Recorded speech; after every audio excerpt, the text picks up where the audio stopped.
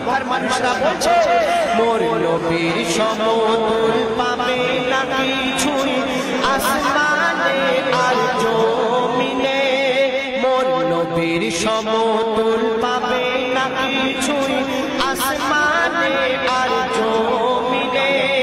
কেন? সারা খোদাই দিবানা আমার রাসূল আল্লাহর নাম শুনে, রাসূল আল্লাহর নাম শুনে, রাসূল আল্লাহর নাম শুনে। তো দেখুন আল্লাহ পাক কোরআন শরীফের মধ্যে বলছেন ওয়াহদাহু লা শারীকা লাহু, অর্থাৎ তোমরা আমার সঙ্গে কাউকে শরীক করো না। আমাদের মধ্যে অনেক মানুষ আছে আল্লাহর রাসূল এবং আল্লাহকে